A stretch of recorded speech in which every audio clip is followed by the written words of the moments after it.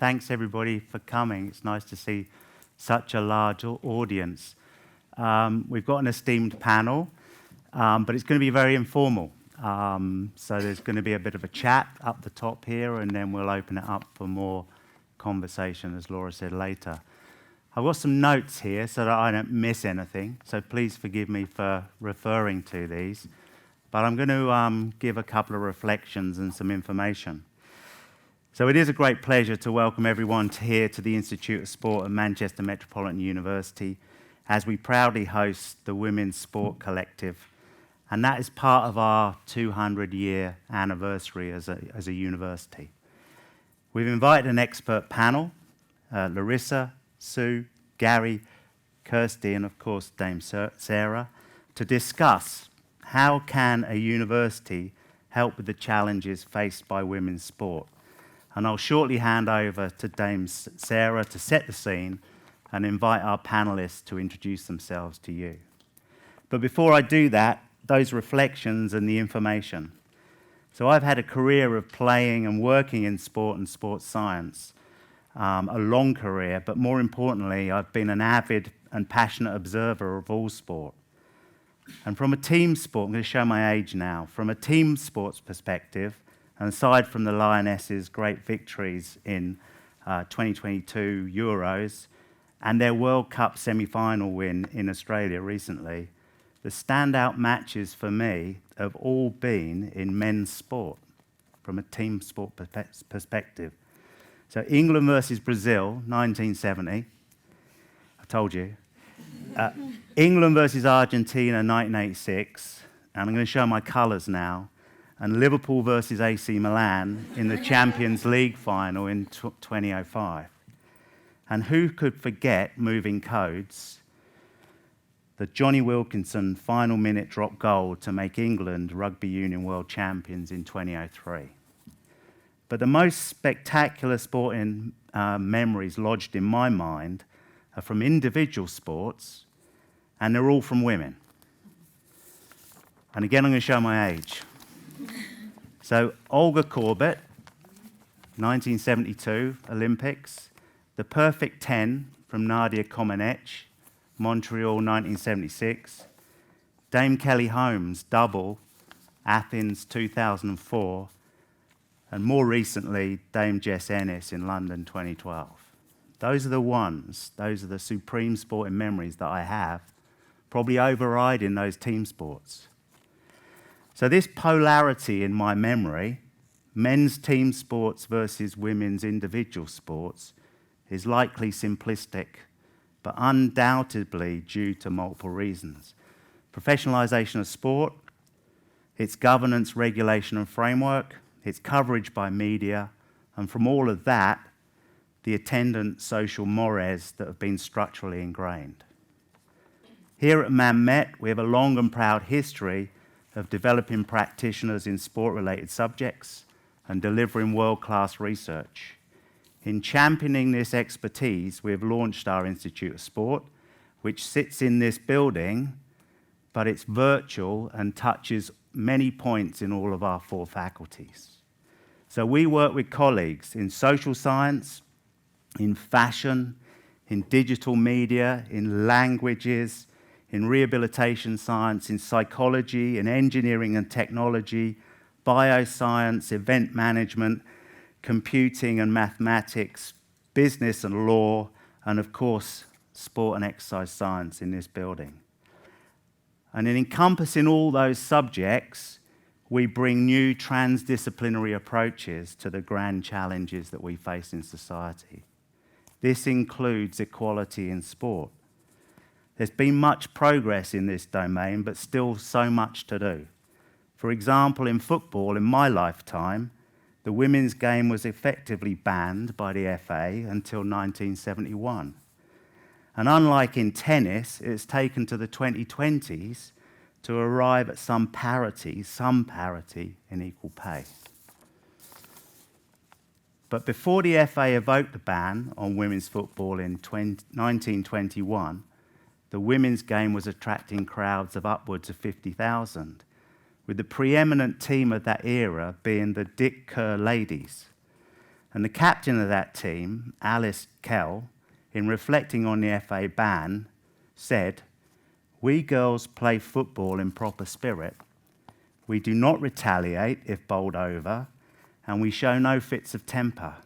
We're all simply amazed at the action of the authorities in placing a ban on the sport we love with all our heart."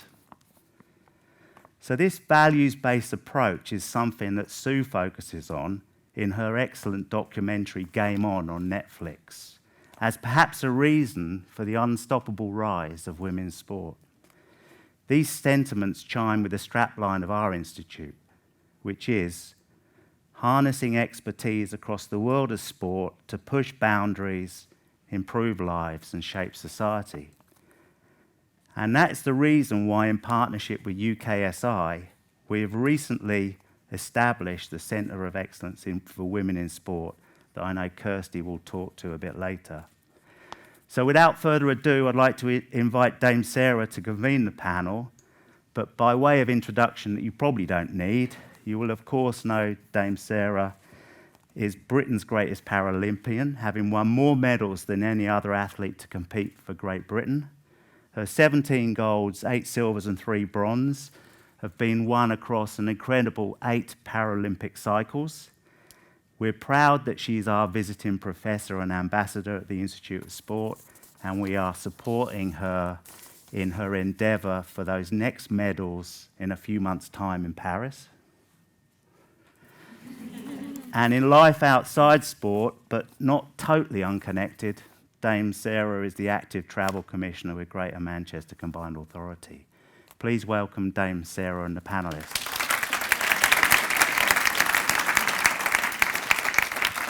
Thank you very much, Tim, and absolutely, I'm absolutely determined to make my performance in Paris get onto that list of yours.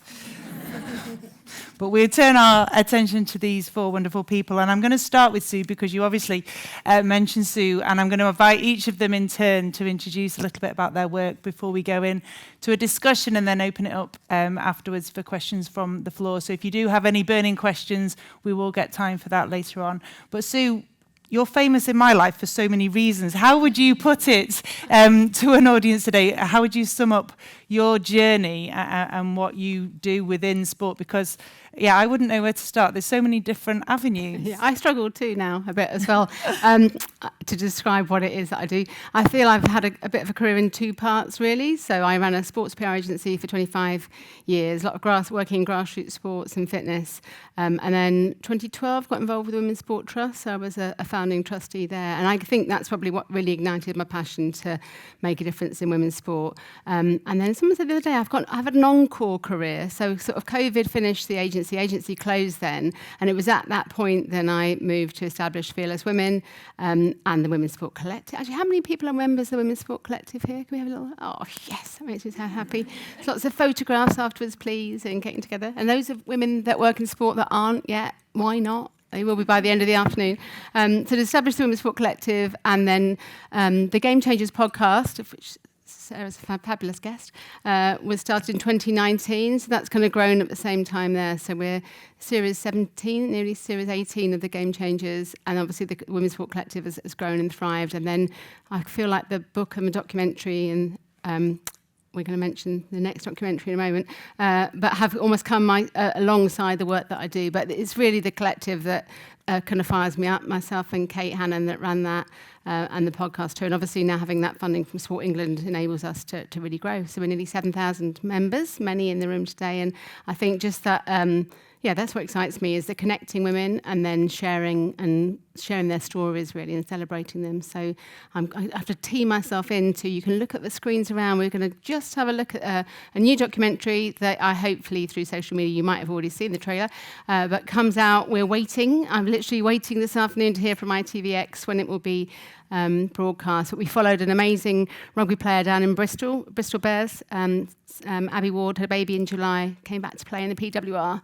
her ambition was, I don't want to spoil the documentary, was to come back 17 weeks later, spoiler alert, to play, and you can see her, and now she's in the Six Nations squad too. So it's an amazing journey that she's had, and the documentary tells that story, and ITVX hopefully will be showing it. Could be this week, but it could be next week, so I'm sure you'll hear about it too. So I kind of tee that up, and I think we can watch the documentary. Yeah. We can watch the trailer, yeah.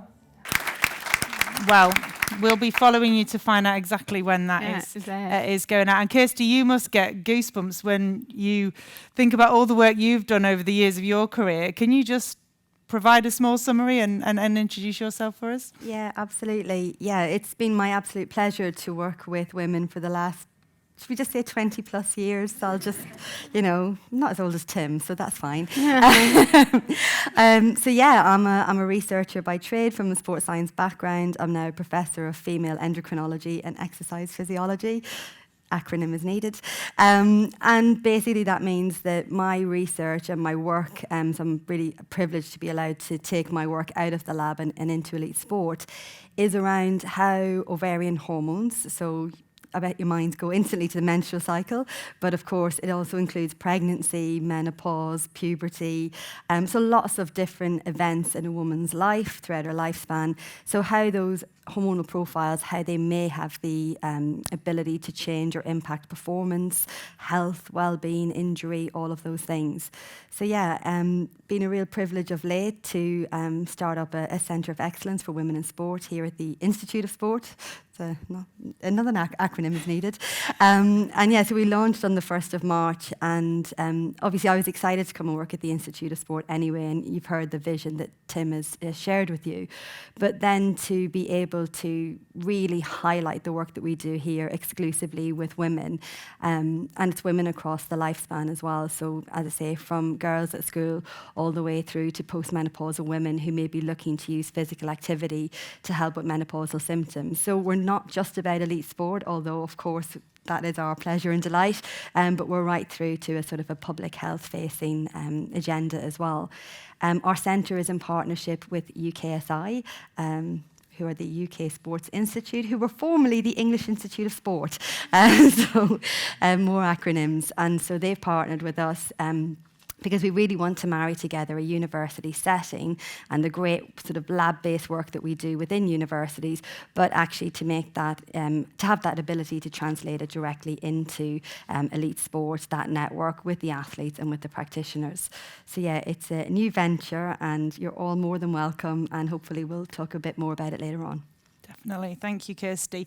And we have our Rose in the middle. Gary Young, you are a board member at both Manchester Thunder and also on World Netball. Yep. Would you like to just share a little bit about how you arrived at these positions? Because I think it's fantastic. Yeah, so, well, it was quite random that I arrived at it. So some 4 years ago, my wife came in through the door and announced, can you find me a new career? It wasn't a new job, it was a new career she was looking for. So I thought, okay, I'll get right on that. So did some searching, and the immediate thing came to mind was netball, on the basis that, well, she sees her teammates more than she sees me. She plays 4 or 5 times a week, absolutely adores the sport. And I was looking on England Netball, and I said, there's a role here to become the chair of the NSL, the Netball Super League, with a remit to make it the best netball league in the world. I said, this looks really, really interesting. And she said, yeah, to you, not me. So, as it was, I went for the role, got down to the last 3, and they appointed someone else, which I just thought was outrageous. But to be fair, they were a lot more qualified than me, and my background was in strategy and IT services rather than elite sport. But as part of the interview, I dropped a 50-page strategy of how to become the best netball league in the world as part of my application, because I thought I needed to do something different. Didn't get the role, so I decided to send it to Manchester Thunder, and a week later they invited me in to have a discussion about what I was looking to do, what I was interested in, and what their aspirations were. And later that day made me a non-exec director responsible for strategy development and commercial development, which is linked to my work with MMU. And from that, it just gets you. So you start small, you get involved in more and more things week in, week out, and eventually then turned so I got the opportunity to become a trustee of the new charitable arm of World Netball, which we launched ahead of the World Cup in Cape Town earlier on this year, and we're launching our initial programmes in the next couple of months. So keep an eye out for that. Fantastic, absolutely brilliant, and you're always courtside as well, aren't you, at Manchester Thunder? So if you do watch the games, you can often catch Gary. Swearing, yeah. I wasn't going to give that away. And we have Larissa Davies, Professor Larissa Davies. You're a relatively new arrival here at Manchester Metropolitan University, and a professor in applied sports economics. Is that right? That's right, yes. I have a discipline background, actually, in geography, economics, sports. So I'm a bit of a mixed bag on the end here. So yes, I recently joined in February. I joined Manchester Met then. So my research is focused on measuring the societal impact of sport, and I have a 25-year career in that. We're establishing an age profile of the panel here. So I specialise in measuring the economic and the social impact and value of sport and physical activity. And I very much work at the interface between academia, policy and practice. So I work with a lot of organisations within the sector, within the sport physical activity sector, to help identify and articulate the value of the organisation or the sport or the activity of those organisations. So just as part of my introduction, I just wanted to kind of explain what I mean by social value, because we hear a lot when we talk about the impact of sport and the value to society about social impact, but it's not always clear what we talk about. So by social value, I mean measurements beyond economic financial value. So often those things that we associate with sport and physical activity that are difficult to measure, difficult to put a tangible number on. So through my work, I employ economic methods to try and monetize those impacts, and that is then of value to organisations when they're perhaps trying to make a case to funders for further investment, or indeed to just identify how to create more value within that organisation. I particularly focus on using a framework called social return on investment. Again, you may have come across research that talks about for every pound spent, X pounds is generated. So I do the mechanics of that, if you like. And that's a method that's used widely across the charitable sector in various areas of public policy. But it is a relatively new method in sport. And I say relatively new, probably over the last 10 years, we've seen economic methods used to measure those wider kind of aspects of sport. And really over the last 10 years, we've seen a lot more organisations using methods like this to put a value, for example, in relation to the benefits to health, to well-being, to social capital. And what that does is it allows organisations to tell a much bigger story, a holistic story, if you like, of how sport can contribute. So yeah, that's my research in a nutshell. I can talk more about it later. Well, it's absolutely fascinating. I guess my first question would be to come back to you. How do you use those measurements to make it relevant to women in sport? And are there any limitations to what you do that would create gaps that would therefore need additional research to help plug them? Yeah, I'll answer the first bit, which is how we apply to women, and we can talk about gaps and limitations later, perhaps. Within my research, I don't. The focus of my research is not specifically on women, but there are interesting observations within the data about women's sport that I'll talk a little bit about now, but also potentially could be areas for future research if there are people in the room interested in talking about that after the panel discussion, and potential PhD areas and so on. So there's quite a lot there. So the way I've used social value and social return on investment within my work is to try and put a value on not only the impact of sport at population level, but also the impact of sport for organisations. If I just talk about the population level research that I've done at the moment, if we look at the value that sport creates within society, the social value that sport creates, it's essentially driven by participation. All right, the models are driven by participation and by numbers of people volunteering. So if we look at the overall value of sport, more of that value is created by male participants, purely on the basis that more men participate. So actually, when we start to try and monetize the value of sport to society, we realize that actually it's not just about the individual woman who may or may not participate, but it's also about the value that that creates to society. So by having an inequity or unequal participation, for example, we have different value created by sport by men and women. I did a study recently for Sport Wales when we looked at the national value of sport and physical activity, which was, and I've written it down here, 5.97 billion. And 58% of that value was created by male participation rather than female. So, flipping that the other way, there's then a huge potential in terms of additional value we can create to society through enhancing female participation. What's really interesting about that research, though, if we look at the headline figures, there's more value created by male participation than female participation. But if we look at the value per participant, actually women create greater value than men. And there's a couple of reasons for that. One, for example, if we look at health outcomes, is that participation in sport and physical activity reduces the risk of various non-communicable diseases. In women, it reduces the risk of breast cancer in a way that it doesn't for men. Therefore, we can monetize that value, and when we look at the value created for women, it's greater than for men. We can look at reasons why, but I think, again, to pull figures out here, in the last national population level study that we did for England, the value for health outcomes for women was £295 per person. It was £275 for men, for that reason I talked about around breast cancer. But also things like, sport physical activity can reduce the risk of illness. Say, for example, for dementia, for women at a greater level than it can for men. So, if you look at the nuances of the data, it's actually quite interesting. So there's interesting observations around that. I mean, do you want me to stop there? I can. Well, absolutely fascinating, and I could honestly listen, as I'm sure everyone can listen all day. Kirsty, do you take a view with regards to the work that Larissa's doing when you're planning how to create some of the studies that need doing, or do you look at it from a different perspective? How do you make a decision on what you're going to research? Sometimes it happens by accident. Sometimes it depends who funds it. But yeah, we try and take research questions from either public health or from, elite sport itself. And, I think the best type of research has the end user in mind and has a pipeline. So obviously, as you do this research in your lab in a university, that, at some point it reaches the people it's intended to benefit. And so, clearly we look at those specific female considerations.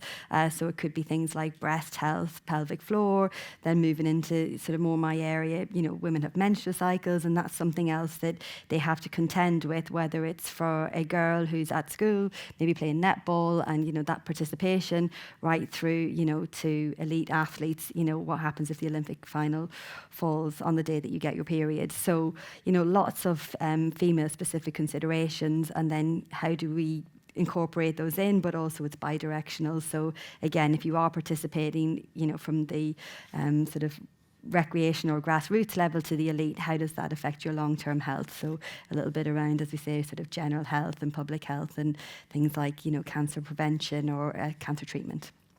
And do you find that there are specific barriers to creating this research, or specific barriers that are exclusively faced by women and girls?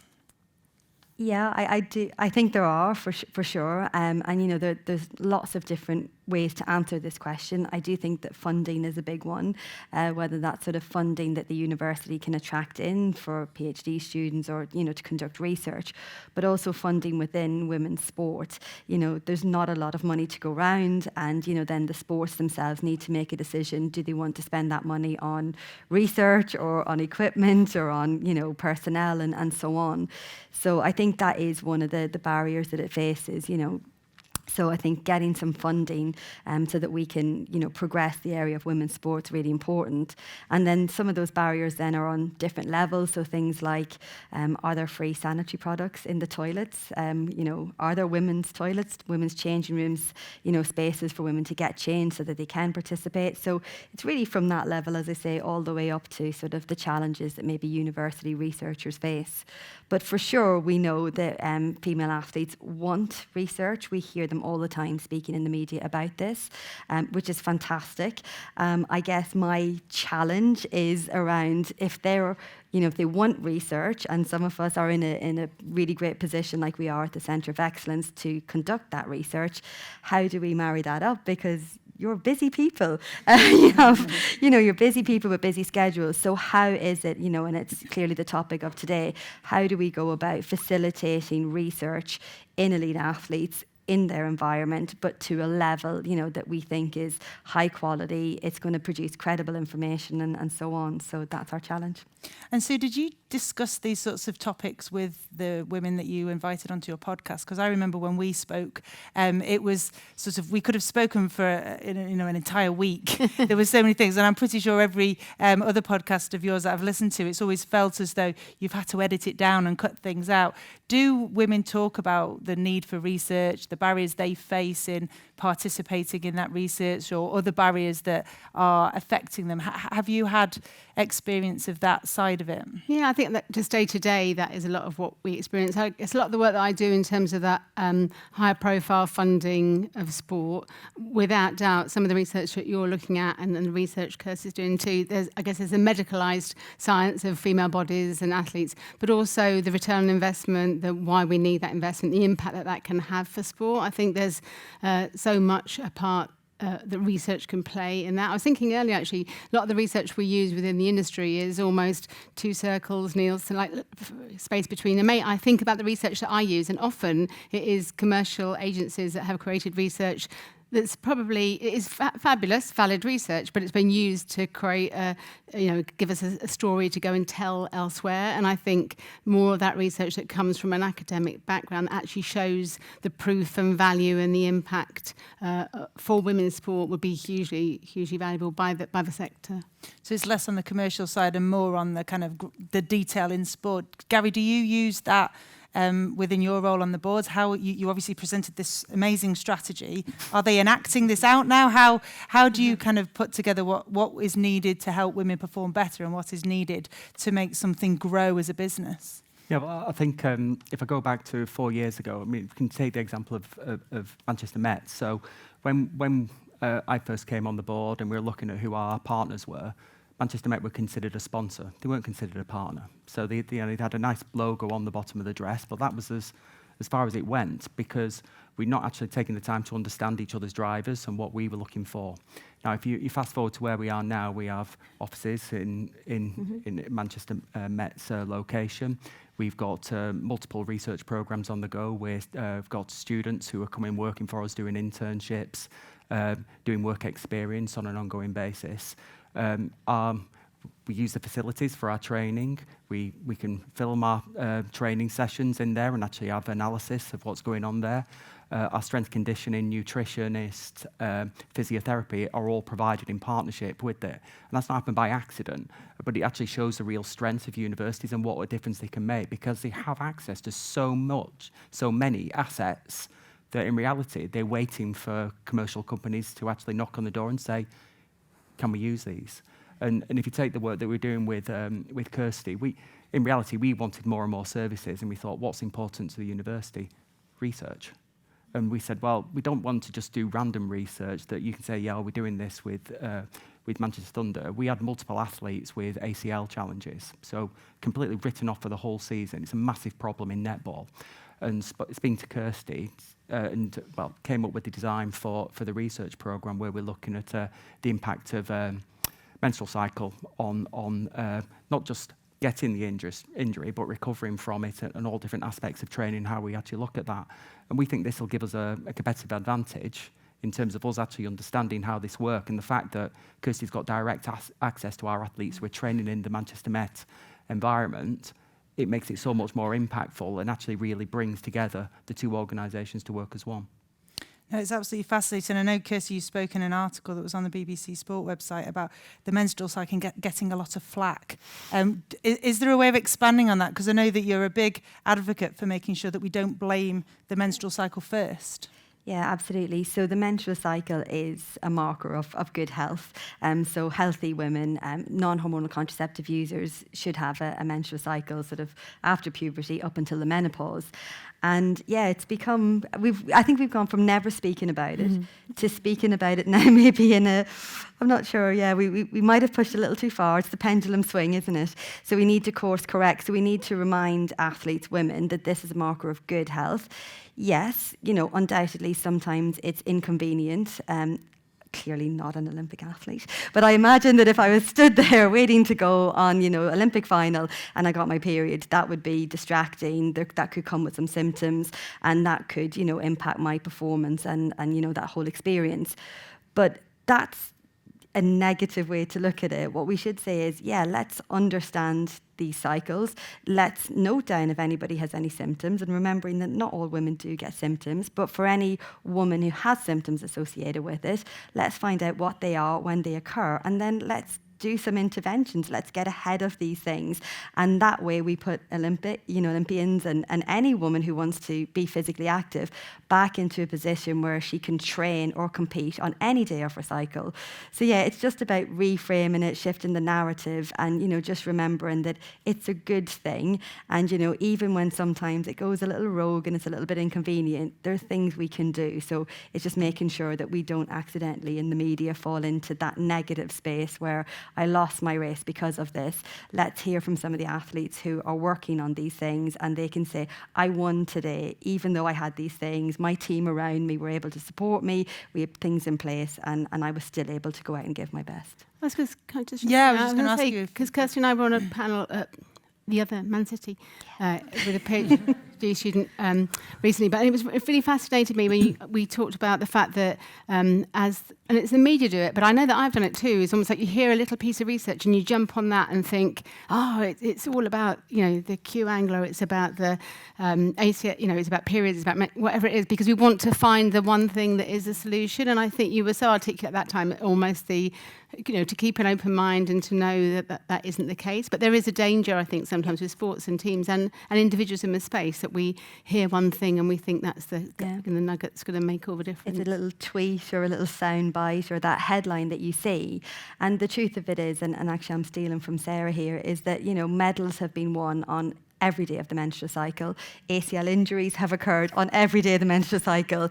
And so I think that we just have to be pragmatic and, rather than potentially scaremongering some, athletes and saying this is a phase that you're going to get injured in, it's about saying, as I said, let's understand your cycles, let's help with any adverse changes, let's maximise and leverage any good changes, because there are some days where you feel amazing and invincible and powerful and fast, all of those things.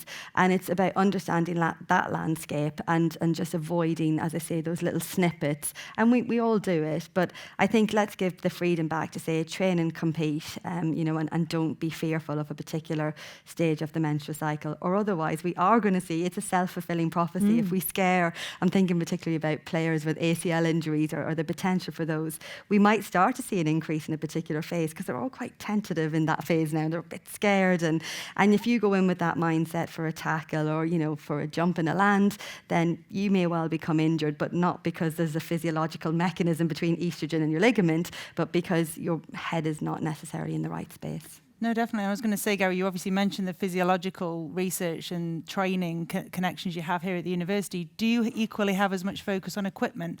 Because I know, for example, women's football boots have been cited as potentially the reason why ACL injury, one of many injuries, may happen. Do you also look at the other part, the equipment side for netball? Because there's so much impact going on. And having been courtside at some of the great games, it's the most contact, non-contact sport I think I've potentially ever been to. Yeah, well, if you were there on the Saturday, you'd have definitely seen that it was a bit feisty, to say that. Go Loughborough! So you promised. So you promised. Yeah, so I think the thing is it's prioritisation at the minute in terms of our sport, because we can't do everything, and obviously we're moving towards a position where hopefully we will be one of the franchises who are going to full professionalism next year. He's quietly confident, but we'll see what happens. But we are actively engaging. So we have a partnership with ASICS, and they're genuinely interested in understanding, how we use their products, where we use their products. But the bigger challenge with that also comes into, the personal preference of the athletes as well.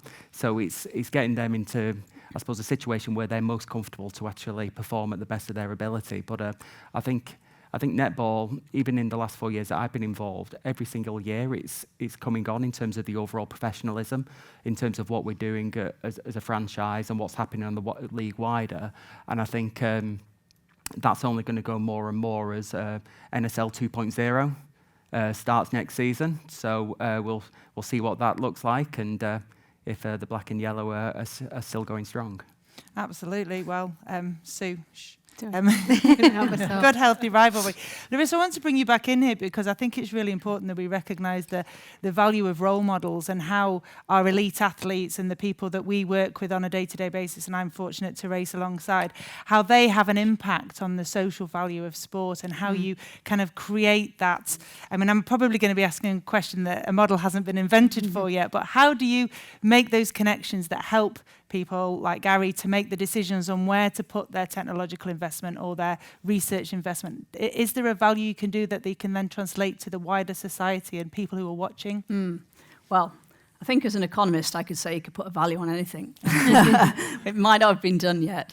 But a lot of work that I do at the moment focuses on the impact of sport in terms of community sport, participation and volunteering.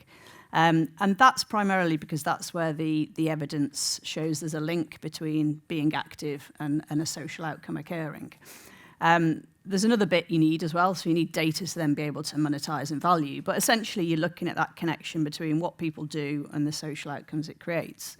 So in the example that you've just given there, it's possible for us to take, say, the inspirational effect that an elite athlete can have, to look at the impact that might have on someone's behaviour, and then to monetize that. So the key there is to make the link between the role model and participation, and then participation and the outcome, and then the outcome and the monetary valuation. So yeah, it is possible. The methods that I use haven't really been used in an elite sport context particularly, and there's a number of reasons for that. I think one is around evidencing the long-lasting effects of that change in behaviour, but it's not impossible. Maybe there's a PhD out there for someone. Well, you've just arrived and Tim's in the room, so we never know. Exactly. So you said you've got 91 countries as part of the Women's Sport Collective. Do you discuss similar challenges that people face in other countries? Are there similarities across the globe to the challenges we face here, or other countries much further behind? We know that in certain situations the US is a little bit further ahead in some parts. How has the discussions you've had at the Women's Sport Collective kind of connected to these types of topics? Yeah, just generally, and not just within the collective, but I guess within the work I do. And I am often asked of who's ahead, who's doing this well in terms of Australia, New Zealand, and in the US, and well, around the world really. And I think it's different by sport, it's different in different areas, whether it is in pure sports science or whether more in the monetisation and the commercialisation of women's sports. I think we do see people doing it in different ways. I sometimes feel there's not enough collaboration and that gathering of best practice across different areas. We've got this lovely WhatsApp group for Manchester and surrounding areas. We've got a couple of the WhatsApp groups. We've got a WhatsApp group of really senior women from across sport that's got a couple from Australia and from the USA and New Zealand. And I love them chipping in when we're talking about something that's very close to the UK, of what the equivalent is happening with the Matildas or, in the USA, etc. too. So I do think sometimes, and I guess that's the International Working Group for Women in Sport does that function, is to actually gather all that's happening so we're not keep reinventing the wheel. And actually I'm going to lead myself really nicely into what we talked about lunchtime, which is your fabulous project. That was going to be my... Sorry. That's all right. I'm so sorry. I was going to say you've absolutely teed it up so nicely. Sorry. Because Kirsty has a global research project, Femini, the Latin for feminine. Is that right? For women, For yeah. women, yep. And, well, you can explain it because I don't want to steal your thunder. Oh, no, thank you So I both. built you up to that. No, It's very it's exciting. lovely. Thank It you. is. Thank you both. Yeah, so we have an international collaboration. We're a consortium. We're giving it a go. So in public health, they quite often come together to do multi-site trials, but we don't tend to use it so much in sports science. And so I'm stealing it just for women. And I'm lucky that I've got collaborators spread across the world. So we're in Australia, Canada, Brazil, Denmark, Finland. I always forget somebody. And here, of course. And so we're basically trying to pool our resources to study two particular research questions. So one's around the menstrual cycle, the other one is around oral contraceptive pills, because sort of in adult women who are hormonal contraceptive users, that's the most popular type. And a bit like Gary said, you've got to start somewhere. We would love to do this for pregnancy and postpartum and menopause and all of these wonderful things. But at the moment, we've got 2 ongoing projects. We're all doing the same study. And so what we're hoping to do is pool the data set, so to have a big data set, so to learn from much larger numbers of women, but also to see that if an effect is shown, if it can be replicated in 6, 7, 8 different sites across the world. And what we're doing is we're trying to accelerate learning. So rather than just work in our little silos, and that's very much the ethos here in the Institute of Sport, is to collaborate and be interdisciplinary. And so we've taken it to a global stage, and we're working on this. So we're a few years in now, we're data collecting, so watch this space for some findings, and actually learning as well. So not just what the results show, the science behind that, but also how this type of system could work, and can we push women's sport forward quickly, and gain some ground on what we do, sort of our knowledge and our practice. And I do think we talked a bit anecdotally of women's sport being so collaborative, but I truly feel it is in terms of, and I see that both with different sports and governing bodies working together and sharing, and teams working together, and similarly across nations too. So that's really kind of exciting to know that's happening. And I think that it hasn't happened in men's sport, but with women's sport, it can then help accelerate us as we need to. But it is an interesting thing, because we struggle to recruit elite athletes, and I think the Feminine is a sort of sub-elite, is that how you described it? But then at the same time, I've heard that when people go into a multi-sport, a male and female sport environment, their women's side are much more engaged with the social impact of what they might be able to provide or engage with, and they're much more open to having days with partners or sponsors. Have you only got the netball to compare it to, Gary, or can you kind of do you have anything that you could compare? How engaged do your players get within the broader partnerships that you have within Manchester Thunder? So I think I suppose I just think they're more grateful for the support. Actually, it's not just taken as a given. I think it is the main thing. I think if we look at the sponsors that we had 5 years ago, we play up at Bellevue. That's where our home games are, and it was local sponsors. The local taxi drivers, or there was the cinema in those days. It's going back a while actually, but it was the local cinema.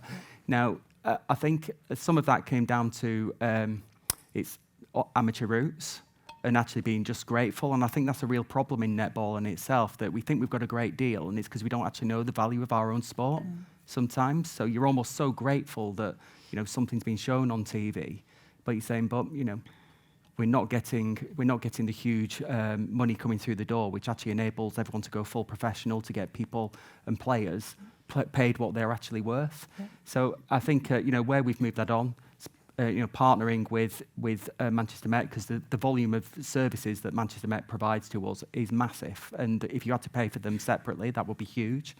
But other sponsors such as AO, I'll say Betfred, you know what I mean. Some people don't like those betting sponsors, but they are really supportive of that, and they actually want to get involved and provide that. And I think our players, they're more than willing to actually work with those partners to actually showcase the fact that they are supporting and get involved in those different aspects as well. So I think there's less of a there's not that expectation that it's actually just going to be given to you because of what you're doing and how you're doing it. And I think on the back of that, it's a lot more. Well, we have a lot more authentic relationships with our partners because it's based on what we're both trying to achieve together. It is. Well, I was just going to say, Sue, we obviously need to retain that grounded nature whilst we're removing as many of the barriers as possible. But is there a point where we need to retain some barriers? Because I have an experience where we removed all the barriers, and I can think of a couple of people I've worked with when I was running a professional cycling team, and suddenly they still had all the same barriers because they were quite internalised barriers, and it was useful to be able to blame financial barriers. It was useful to be able to blame support staff barriers, but actually the barrier was really within them. And even without those barriers from financial or support staff, they were still unable to meet where they had said they should be. Do you think there's a balance that we need about removing the right barriers? Yeah, I guess I feel more so on a grassroots basis is interesting in terms of participation. And I think often we'll look to think what those might be. We're looking for almost like one or two things that will make a difference, whether it's teenage girls dropping out of sport or young girls not coming into sport. And I think the financial, social, the transport's such a key thing. The changing room, as you mentioned earlier, is a massive thing. Parents being able to take girls in the dark when they can't necessarily take public transport, and there's so many different things in that ecosystem. So sometimes I think the whole we'll take away the monetary thing and make something free, but that almost isn't enough in itself to ensure that we do get that participation. I was just going to say, in terms of Gary's point about the women and giving more in terms of that social purpose, I do also have a little bit of a dilemma of we then almost expect that of female athletes. And I interviewed lovely Jess Carter for the Game Changers this last series, and she was so open of, actually, I play football because I love playing football and I want to play for my country. If I inspire the next generation, yeah, that's great, girls and boys, but that's not why I'm playing football. And I sometimes think there's a slight danger, especially on that really top elite level, that we almost paint all women in that place of actually it's about nurturing and bringing forward and doing good, and all those things are important, but actually they just want to maybe go and win medals and be extraordinary athletes as well too. Yeah, I couldn't agree more. And people sort of say to me, what's it like to be a role model? And I say, well, it's a job I got, I never applied for it. Yeah. And it's an honour, and I'm thrilled that I have. But when I started out as a 6-year-old, I just wanted a British tracksuit to know what it would feel like and to have that chance to be, on the podium and to feel what it was like to have a gold medal hung around my neck, because the athletes at the first games I watched had described it as being like all your Christmases that come at once. And to be perfectly honest, the previous 3 Christmases I hadn't got what I'd asked for. So I was like, well, surely it's got to be better than that. And I think it's really important that we recognise that it's not a requirement. And I think Sally Mundy said something quite interesting maybe it was last year. She said we shouldn't have to feel grateful. It should be. It's part of the sort of the ecosystem of professional sport, and if it's on a par with the men's, it is, and it's the professionalism and all of the way that you conduct yourself as an athlete. You shouldn't have to feel grateful for a small thing that is just a requirement to make men's sport function.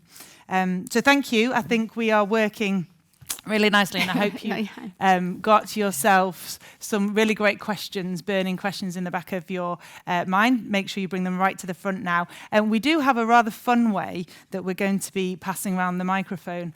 I haven't actually seen this, so I don't know how much fun it's likely to be, but I do sense that I might need to stand up because it's something you can throw. Gary is going to be recruiting for Manchester Thunder.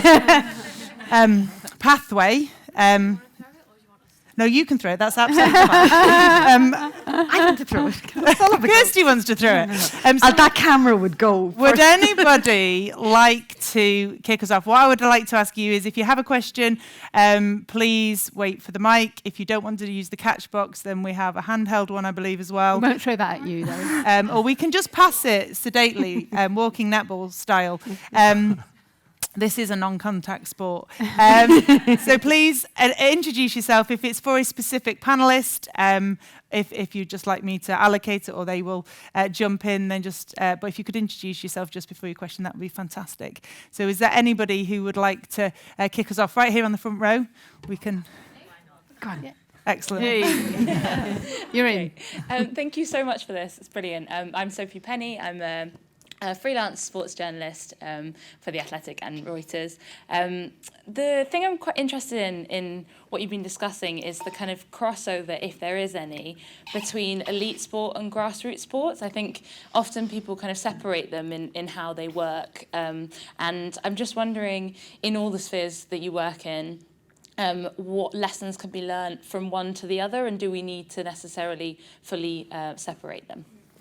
Kirsty, in terms of a research situation, I know that you're crying out for elite athletes to research on, because the data you get from sub-elite is less relevant to elite. But presumably, if you research elite athletes, you can make that work down the different levels of the population. Yeah, absolutely. And yeah, so some of the lessons that we've learned in elite sport work quite nicely to take away from that setting and to go maybe, say, into a school with some of those. And in fact, my brain is fried, but I can't remember where I was recently, and the athletes who were taking part in the research were doing so. Oh, I know exactly where I was. They were taking part in the research not for themselves, you know, because obviously Paris is just 2 minutes away, and you know they're pretty much set up now, and some of these athletes I'm thinking of, they're going to retire post-Paris, and they were taking part in research so that they could leave a legacy, and so the lessons that we could learn from their career. And of course we've spoken a lot about how women's sport is being professionalised very quickly, very rapidly. Lots of changes have happened, so they're in a unique space to have gone from, you know, a lot less to a lot more.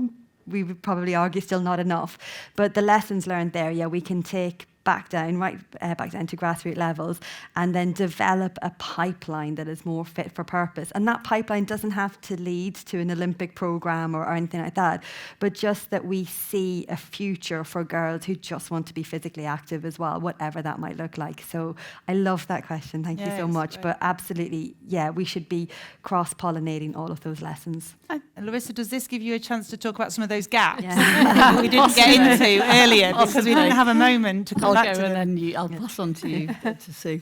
No, I think it's a really interesting one, that, because I personally see grassroots to elite as a continuum. I don't see one's one thing and one's another.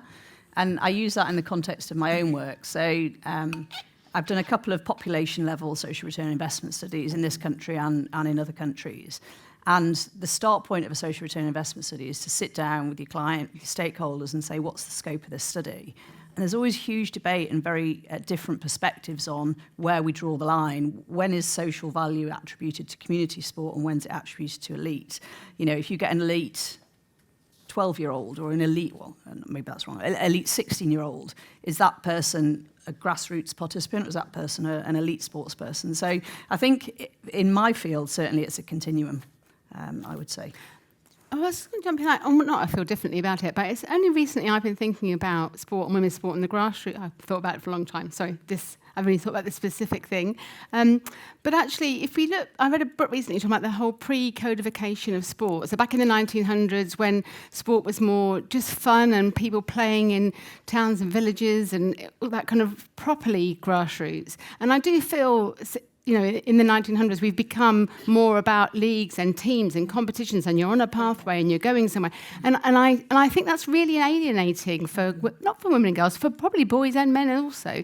So I do sometimes think there is that whole, the inspiration of the elite end, and we're all trying to get there. Actually, maybe you just want to have fun and you want to, you know, like doing it at different stages of your life, but you want to swim or climb or just enjoy life and playing and the joy of sport. And I do sometimes worry a little bit of when we've got that continuum, just because I've started here doesn't mean to say I want to get to there. I just want to enjoy and play. It's about play at the end of the day, isn't it, too? So I think that's, I guess, an observation I've had recently in my, you know, there is a danger that when we talk about stuff, it's competitive sport at the cutting edge of. And actually, if we really, truly want to get girls moving and enjoying it, we need to almost take that out of it. But it's probably the same for men and boys as well, too. I think it's the inspiration of participation, and that participation being able to stay at participation level. Yeah. But also, what can we learn from the research that will retain people participating without them, you know, just for the general health and perspective. Gary, you've got some interesting programs at grassroots levels that are likely just to stay there, social netball, walking netball. People are not on a pathway there. How do you answer that question? Do you take lessons from the elite to build it to, presumably rules being one? I think rather than taking, I think we're, excuse me, I think we've seen, but if you take Thunder a number of years ago, we were just seen as the elite franchise. So if you're an elite level netballer, you play for the first team, or you'll be in one of our pathways, and that was it. And we have a real problem in netball. Our biggest challenge associated with going professional is the fact that it's a huge participation sport, but that doesn't translate to people buying tickets and coming every week. You know, people come as a one-off event, and that comes down to the fact that if I take a men's sport, you know, you can say, what are you doing this weekend? And you say, I'm going watching the match, and everything else is going to wrap around the fact that I'm watching the match. That is not the case for a lot of people who want to go and watch netball. They say, well, I've had to plan out all of these other things and put all these things in places to actually enable me to go and watch the netball match. It's a very different cultural thing. So what we've been doing very consciously is looking at our community activities. So if you look at over the past couple of years, we have Thunder Hives. They're going out around the whole of the Northwest, you know, engaging people, but actually trying to understand, you know, how we actually get you. Great, you've had a great game of netball. You're coming at weekend, and actually having those conversations. And one specifically, we started para netball, which we were the first NSL-led franchise to actually set that up. Did it with a local sponsor in Vimto. So we get lots of... I have so much Vimto in my house. But it's a great Manchester brand as well. It's not Vimto in there, actually, but we'll sort that later. But, you know, in terms of that, when we started engaging with them for the first time, I remember I went to an early session with a local team that we were collaborating with, and then we've built out from there. I know I walked over and said, "This is Gary Young from Manchester Thunder," and all these parents were there.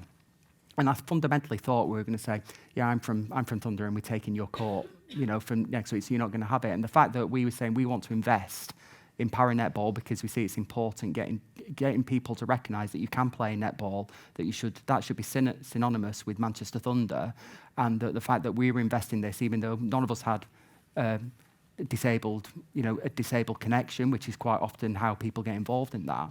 It was that, you know, some of the comments that came back, it was actually probably one of the most humbling conversations I've ever had. And, you know, immediately after that, I got out of the session and on the WhatsApp group, which is an interesting WhatsApp group, to the board to say, you know, actually what we're doing here is really, really important, and we need to actually ramp this up far more. So I think grassroots and, you know, getting people linked in with who you are as a brand and getting them to actually recognise themselves in that is actually key to how we're actually going to grow and become fully professional and become the organisation we want to be.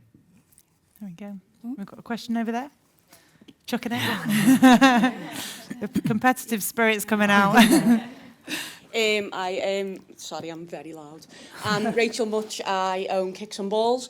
And what Gary was just saying then, I've, in the last year or so, created a walking football team in Liverpool. So we go under the headline of Liverpool Feds because we've got no money at all. So we had to jump onto a women's team, which I used to play for anyway, so it was easier. But the participation in women's walking football has now just shot up because loads of players who are injured, loads of players who, in that ban that we were talking about, we're not allowed to ever play, all of a sudden have gone, oh, I don't need to be an elite athlete. I can just put some boots on, or not even boots, trainers, and I can just go and kick a ball of a Tuesday and go and have a social with the girls that they've never had before. So our age ranges, we had a 19-year-old there last week, but we had a 77-year-old there last night. So it spans all ages, and they are the most inspiring women I have ever played with, because some of them, as I said, weren't allowed to play. They literally were not allowed to play. I was fortunate enough to be, well, they wouldn't have stopped me, but I was fortunate enough to be able to play. And I'm just thinking about the money side of it, and I'm not really good with money at all. Numbers is not my game. But how do you monetize something that people don't see as prevalent as it actually is? Because the social aspects of that, I see it. The mental health has just soared. Everything that they're getting from this, it's worth gold. Yeah, it's possible, you know.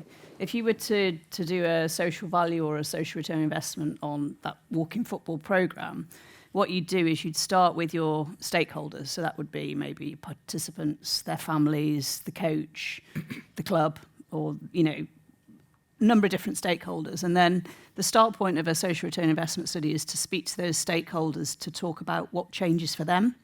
So that's the difference between something like a social return investment framework versus a standard cost-benefit analysis that the Treasury might use to do the numbers on of an intervention.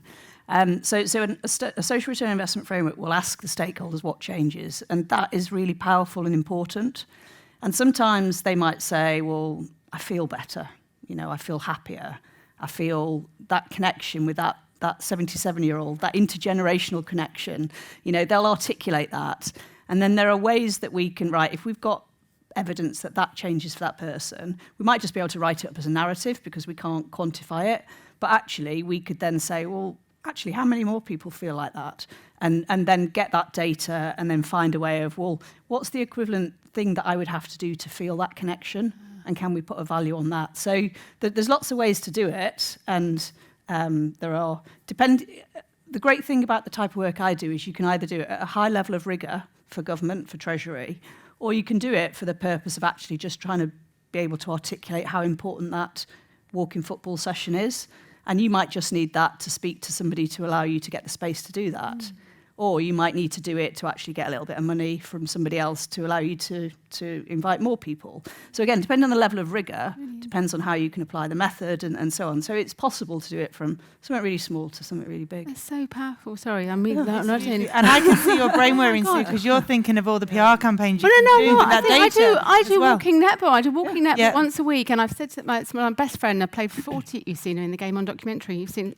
Seen it. But I say to her, what she does, the impact that has, that 1 hour a week. That other women said to me, they're looking forward to it before you get there. They're playing it. The WhatsApp group afterwards. They're sharing the photos. Like it's like 1 hour in the week, and it has such an impact on their lives. I love. I'm nodding because I love that whole how. And I've said to her, how do we tangibly get that and show people? So maybe it's like an England netball thing to show the impact of a 1 hour walking netball session, and then everyone has that to go and share to find space and sponsors and partners. But it's also the equivalent might be the medication that someone needs to help them feel not depressed, or if you're medicating someone instead, there's a cost to that pill. Yeah, absolutely. And that cost to that pill over their lifetime. Yeah. And I was talking the other day about that 1 in 4 people in the UK are now, from a family's resource, there's been a survey, 1 in 4 people are classified disabled. How many of those disabilities are hopefully temporary because they're in a situation which we can support them out of?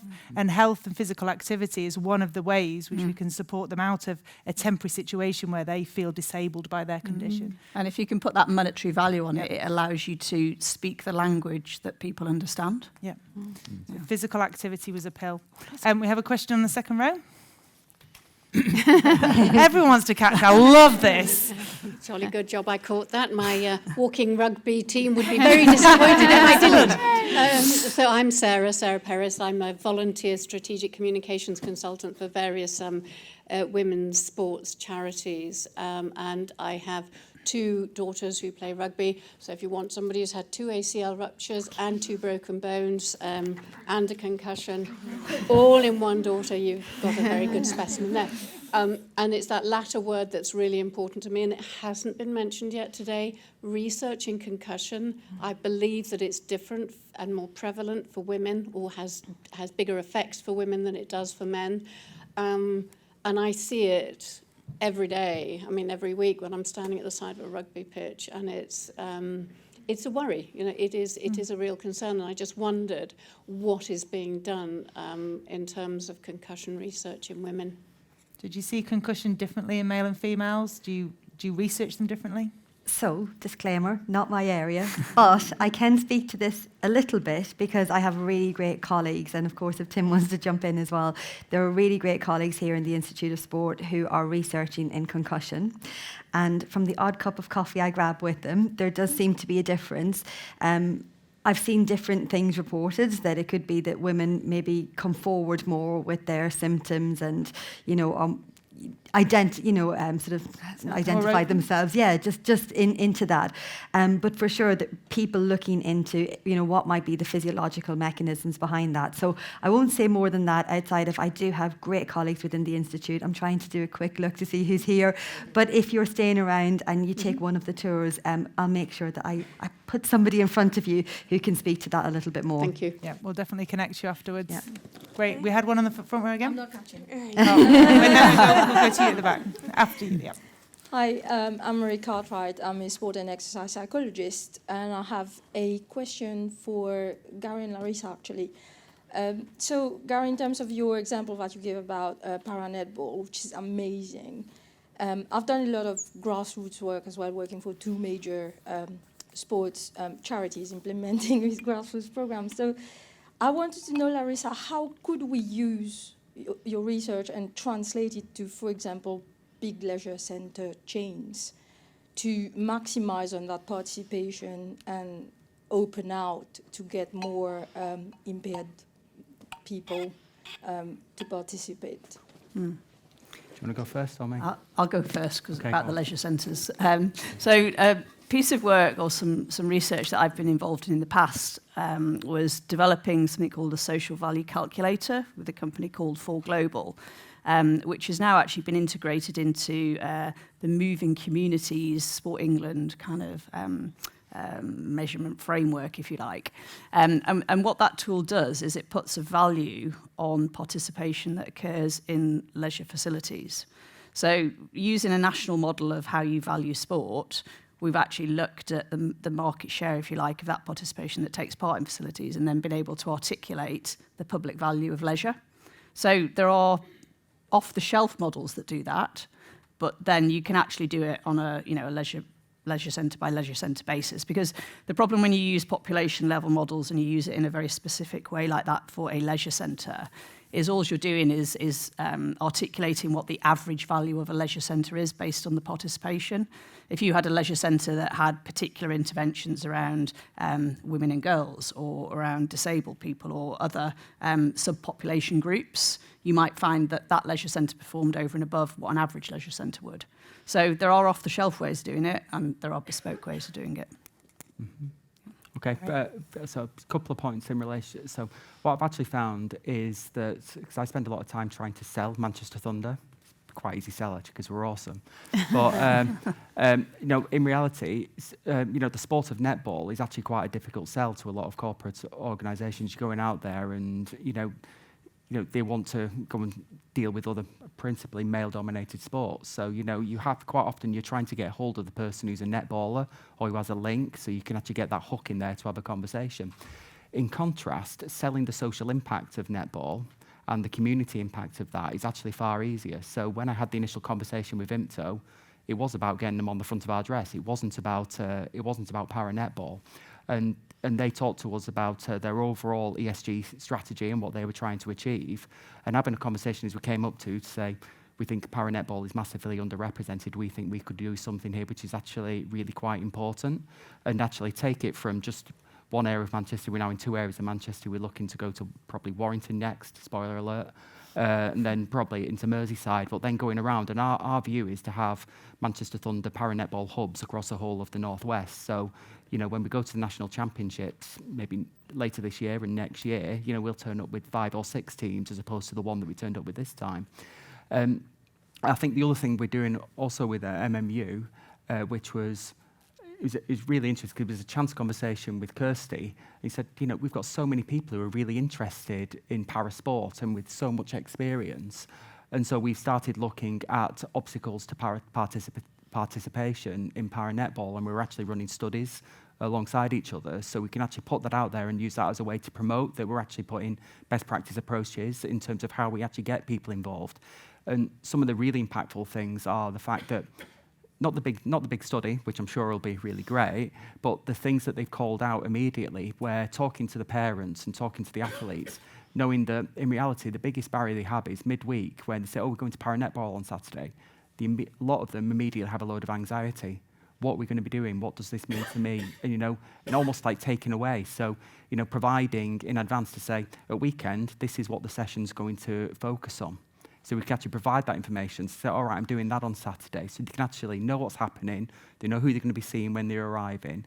And they're actually starting to move that forward. And para-netball is just amazing the way that you can have every form of disability on the same court at the same time, from learning, from people with anxiety, from cerebral palsy, to we have a goal shooter who's on a mobility scooter and she has a support dog. The support dog isn't allowed on the court, actually. But, the fact that, they're playing all in the same team, not separated, and even over the last 2 weeks, a first fully blind girl has started coming, and we've been talking about how we can adapt our sessions.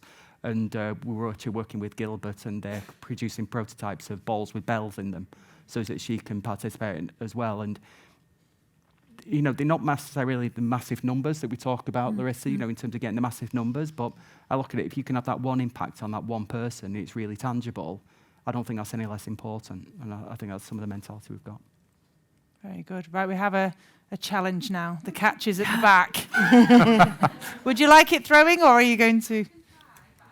We're going closer. Woo! Oh. Well done.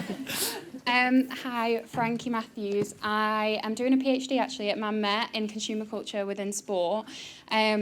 Question to everyone on the panel, but it might be more specific to Gary and Sue, is we have seen of this obvious influx of attention in women's sport, but what advice would you give to organisations that want to seize that momentum and make sure that it's a sustainable future?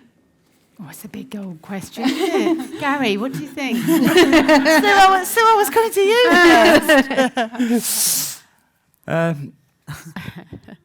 So I think, so at this moment in time, about 3 or 4 weeks ago, we had our NSL 2.0 interview. So we submitted our tender, we had our interview, and it was really quite intense. And I think, the key thing we called out was that getting people to come to matches. So everything, we have the ambition, we want to have everyone professional, we want to be playing all of our games in arenas, but you can only do that if you've got people coming through the door. So, you've got to mix reality with ambition with reality. So I think in terms of, what we're doing this month's time, so because this is coming, and it's coming pretty quickly, we've engaged a third-party support in terms of fan engagement to actually understand every aspect of the Manchester Thunder offer. So we're looking at, how do you get people who are first-time attendees? After they've been a first-time attendee, how do you guarantee that they come the week after? How do you not ignore your season ticket holders and you've got your core of your support and things like that? And a big thing that's actually come out, and a lot of the best practice, they incidentally did a lot of work with Arsenal women, so, It's not by accident, but they're doing pretty well, so we'll use them. But I think, where we're engaging with them, and the key thing is authentically knowing your brand, authentically knowing how that actually connects with each individual and how they see themselves first and foremost as a Manchester Thunder fan. And I'm not saying it's going to happen overnight, but what we want is that, that concept of what you're doing this weekend, I'm going netball, I'm going to the netball, and I've got some other things going on, like the childcare, and that sort of thing, because that's what we need to get to if we're going to be getting the sizes of, attendances that we need across the sport to actually grow it in the way we want to grow it. So if I put it down to one thing, it's that authentically knowing what you stand for, where you operate, who you're targeting, and why and where. And if you can get that locked down, well, that's the strategy, you know what I mean? So if not, I'm sacked. So we'll see where we get to, yeah? Just for the record, before Sue jumps in, Gary looked at me about Arsenal women. Clearly, I am not Katie McCabe. We have the same accent, but I work with Arsenal women, so that's why he looked at me, in case you're all thinking, does she play football? I wish I did, but that's the connection. I was going to say, just to build on Gary's, is don't follow the men's model. I mean, and I think we talk about that whole, we need to be sustainable and not just replicate what men have done. And we say that a lot, but I just see it happening everywhere across sports still. So, and I think it's really hard when clubs are affiliated and we're in the same premises and we've got the same support staff, whatever. But I think that whole distinguishing and being authentic and standing alone, and I do get really excited when I, like anecdotally, hearing young and older women saying, actually, we've got more of a destination to go and watch a sport, to go and watch cricket, to go and watch the rugby, to go and watch the football. I am definitely hearing more of that now in terms of the women finding that time and it becoming more of a social thing to go and watch the sport too. But I think generally for me, it would be just try, and for some sports I think it's too late already, but to try not to be drawn into completely mirroring what we've done because we think that worked in the men's sport. Very good. Right, I think we have time for one more question. So, oh gosh, I'm going to have to choose. We're going in the fourth row because you put your hand down. You're more enthusiastic with your hand. Yeah. There we go. Good catch. Excellent. Hi, I'm Claudia. I work for Sky on the advertising side. And kind of, I think it leads on quite well from what you were talking about then. I'm wondering how careful we should be when we're choosing our advertising partners in women's sports, and kind of, number one, how we're looking at how that aligns with our values, and number two, I think how we want to position women's sport. For example, fashion brands are massive there, but, you know, do we want to kind of feminize this, where we advertise and that kind of thing. I hope that makes sense. Yeah. I think it's a really interesting one, because as an individual athlete, you have to recognise whether or not you have a credibility to that brand. And if you don't have a credibility, or you have something, I remember being asked to do something with a brand that had been very focused on the opposite of mine. I breastfed 2 children for 4 years, and this particular brand was basically at odds with that, shall we say. And so I chose not to partner with that brand. And I think it's a really interesting question whether you were talking about sports teams or individuals. Sue, do you want to... I was just going to say, it's just really interesting, and I was at a similar symposium a couple of weeks ago. We were talking about Charlotte Tilbury coming in and sponsoring the F1 Academy, and so different opinions around whether that El Maquillage have had amazing success with Arsenal as a makeup brand in terms of the awareness that followed them themselves and so on. And the discussion was, are we happy with that? Is that, does that attract more women and girls into sport? Actually, in terms of it's a much bigger societal piece that women have to think about their appearance. That's how we're judged rather than performance. So I'm not really answering a yes or no. I think it's really exciting that brands like that are coming into sport. A brand like that is coming into F1 that would never have come into F1 before if it was just purely men's sport.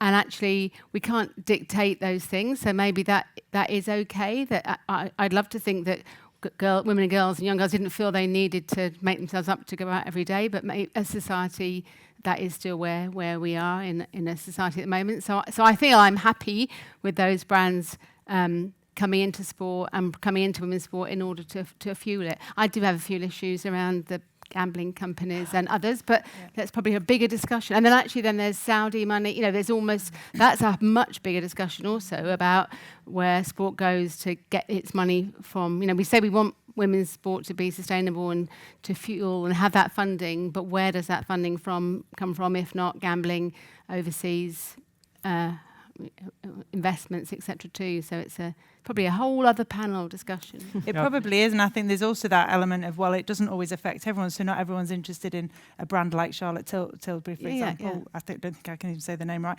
But it's similar to some of the research Kirsty would do. Not everyone has symptoms within their menstrual cycle or is bothered by them, so it doesn't mean to say the research isn't valid. So I guess it's looking at it from quite a pragmatic approach and saying it provides choice. And it's a brand that's keen, and if it provides that choice, Gary, how would you? So I don't think it's easy actually. I think when you've got a wealth of options, you can start to be a lot more choosy about where you go.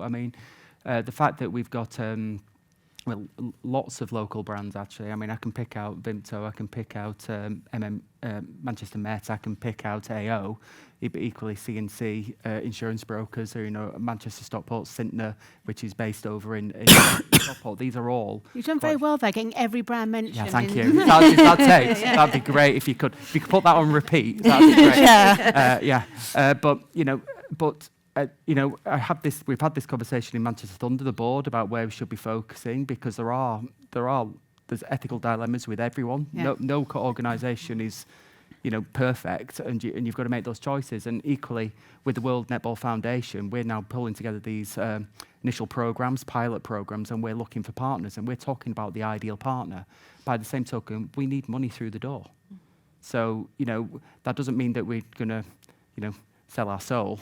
Well, it depends how much the money you want to give us. Don't say yourself. Don't put that on Manchester. You're a Manchester team. Yeah, you can't. Yeah. So I think. But the question is, we've got to take every potential opportunity on its own merits and actually consider it, but equally have a core foundation of what you stand for and what you're willing to do. And equally, the big one with the World Netball Foundation is we want brands that then get other brands interested. So, you know, because getting that first mover advantage, once you've got the first one, say, oh, they've done it. So many more people are willing to do it, whereas getting that first one is absolutely key. So, hence, that's where a lot of our focus is going at the minute in terms of that initial pitch to say who wants to be our founding partners, and knocking on some usual suspects, but perhaps knocking on the doors of some unusual ones and saying, well, you know, we're talking to this company as your direct competitor. Do you really want to let them get in first? You can see my negotiation strategy right there. But, you know. It's easy to be a bit high and mighty about the gambling piece, but actually most of our funding comes through Sport England, through a National Lottery Award. And what is National Lottery? And put those on the stage that have played sport. And so I think you're absolutely right. It's very hard. When you dig down onto any sponsor, there's ethical, whatever issues. I think it's almost how you then decide as a sport or an entity whether the value that it will bring to you and to grassroots participation or whatever else outweighs how you feel. But I think it's not a black and white. I think it's a hard. Oh, it's definitely not. I am a cyclist after all, and we all saw headlines about 18 months ago. Sorry. But with that, I think if you'd like to put your hands together for our panel, I think we have.